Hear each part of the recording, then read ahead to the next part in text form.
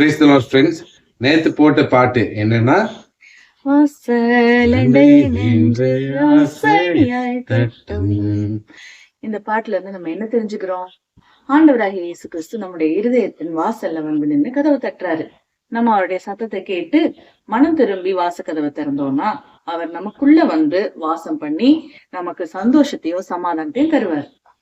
நிறைய பேர் பாட்டை கரெக்டா கண்டுபிடிச்சிருக்கீங்க. எல்லாத்துக்கும் ஒரு சல்யூட். சதா இப்போ இன்னைக்கு பாட்டுக்கு போலாமா?